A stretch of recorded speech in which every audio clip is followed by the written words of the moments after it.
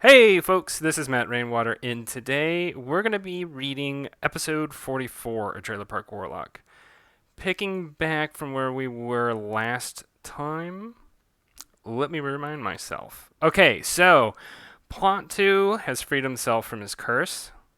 He has basically trying to figure out how to put this because I don't necessarily want to give away. He has reintroduced himself to Ravenstone. Ravenstone now knows that he's free of his curse. And we're going to find out what exactly Pointu plans to do. And how does this involve Jake? And how will this affect Darla and Bev as they're looking for Jake right now? So, let's get started without further ado. The name of this episode is Your Inner Voice. So, first panel, we find Bobcat Jake here. And this is Hampton talking, that he can hear talking beyond this door. And last but not least, Little Baker. A big night awaits you and all the other kiddies. It'll be a grand night, I assure. No fighting or contest for you, just an exhibition night. Zip! And Jake makes his escape. Little Baker? Jake is running for his dear life. Oh, dear me. Some coffee may be in order once I make it to the parlors. What a night this is to be. Zip, zip. I like the little, I don't know why this cracks me up, but I like the little action lines of Jake running. And we see this big winged creature. Now, Little Baker! Foom, foom. So it turns out that Hampton can also transform, much like Pointu, and this is his lower will form. This is not the time for a game of chess. So Hampton has gotten Jake. Sit tight, my dears. We shall be at the parlor shortly. Clack, clack, clack, clack, clack, clack, slam. And so we see Jake, Henry, Dan, and Leah. Vroom. Leah, Dan, Baker, Mara, Mara. So Jake can hear Henry speaking. Try speaking with your inner voice, Baker, as though you were casting. Henry, is that you?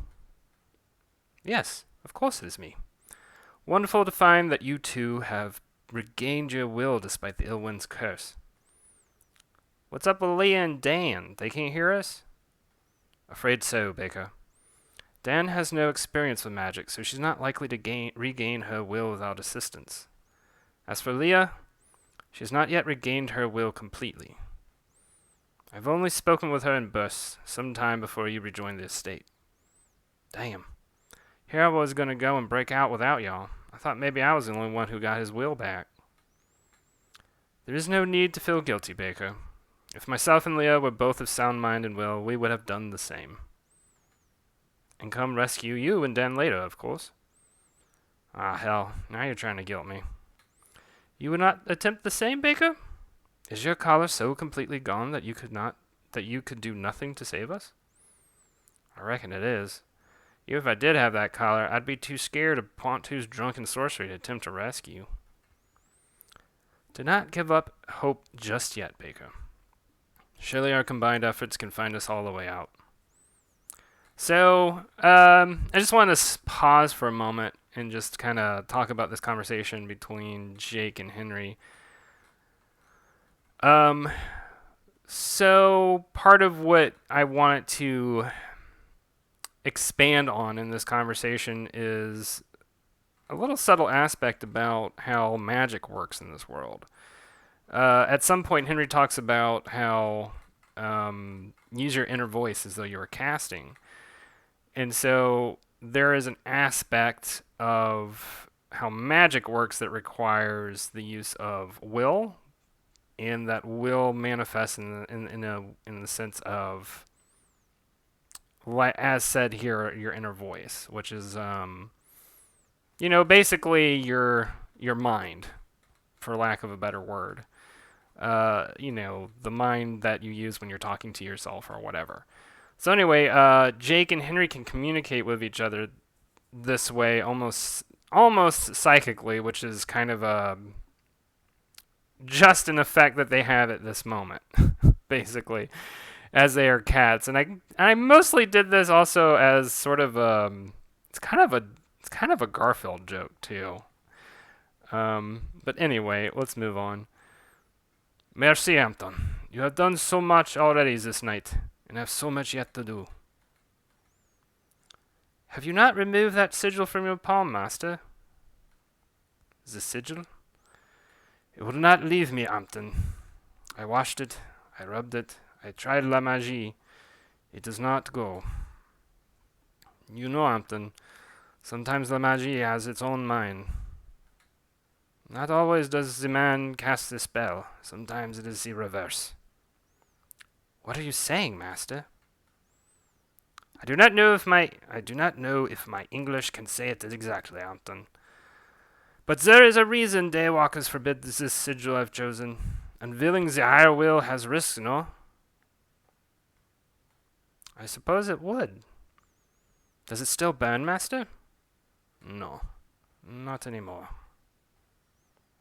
Well, surely that must be a good sign, don't you think, master? Oui, but a sign of what? To be continued. What is it a sign of? And we will find... Oh, I didn't have... There's no to be continued at the end of this episode. I'm going to have to see if I fix that in the final episode. I wonder why it's gone. Anyway, so some thoughts on this episode now that we've read through it. There's a lot of information. It's kind of an information dump episode. There's certainly some plot and narrative stuff happening, but mostly I think that there's a lot given away in regards to how magic works, It's kind of a world-building episode. And we also get to learn more about characters we haven't really learned all that much about. For instance, Henry. We've learned a little bit more about Henry, who he is as a character, how he operates. We certainly are learning more about Pointu. And one of the things I was feeling when I was writing this episode, as memory serves, was it was good to have Jake's voice back in the story, right? Because we went a couple episodes without him at all, basically. I mean, without him talking or anything. As an aside, I would say one of the things that sort of inspired me to do this was the manga Akira, and mainly because in Akira there is something that just always struck me, was that in the collection I have, there's an entire volume where one of the main characters, Kaneda, is just gone. He's just not there. And you spend a lot of time with all the other characters, and it helps better solidify the world, because it gives a sense of this is a world existing regardless of whether or not the main character is there. And this isn't like some kind of lecture about main characters being unnecessary, or like we should challenge the paradigm of main characters, blah blah blah. It's just I like to try out stuff, and I like to try new things, and like I said, with Akira, that really struck me, and so I was like, I want to try that in the story, at least for a little while, and fill it out what it would be like. Does not necessarily mean like it's something I would do all the time, but when writing a story, I personally am very interested in viewing the story as not just a character that we're following, but as a world that we're following. And maybe this is something that comes more from a lot of prose literature. I feel like a lot of prose literature will go into that sort of territory. I don't think no, not at the time. Afterwards, I was starting to get into Philip K. Dick novels, which, depending on which ones you read, Man in the High Castle has so many different main characters, and they all sort of figure into each other's lives. A better example might be uh, Diamond Age by Neil Stevenson is a book I can think of that has a main character, but it has a lot of other main characters, and you get the sense that you're more exploring a world than you are following a singular plot. And I don't know. I haven't read. I guess for me, I haven't read that many stories like that, and so I'm kind of fascinated with it. That doesn't mean, like I said, that doesn't mean that I'm going to make Trailer Park Warlock into that necessarily. Like, I really want Jake Baker to be the main character, the main focus, the main drive of the story. But I'm also interested in making sure that this is not just a character story, this is a world's story. Because I view this world as being sort of an alternative history, United States kind of a story. It's a fantasy story. It's a world building story. It's an opportunity for kind of unique and absurd forms of humor. And it's an opportunity for me to also talk about some of the things that I ponder on too, which we're going to get into later in this season. So anyway, those are just some thoughts about storytelling, story structure. Oops.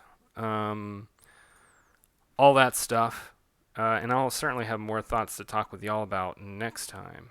But until then, I hope y'all are having a good day. Doing well. As always, if you want to follow me on social media, If you want to follow me on social media, you can do so. On Twitter, it's at Matt J. Rainwater. Instagram at Matthew Rainwater. And then Patreon, you can be a member at patreon.com/MattJRainwater. Where, I want to fix that. It's bothering me now. Where you can get original art, ebooks, see my process as I'm making Trailer Park Warlock, some more behind the scenes stuff. And on top of that, I'm always trying to figure out new stuff to do with the Patreon, but those are the main things that I do. $10 level, also, you can get original art from me in the mail, physical art, if that's something that interests you. And also, if you're liking these videos, please subscribe, please give it a like, leave a comment too. I'd love to talk with y'all about the story of Trailer Park Warlock or other fantasy stories that y'all might be interested in too. Anyway, we will talk again soon, and until then, y'all have a good one. All right, bye.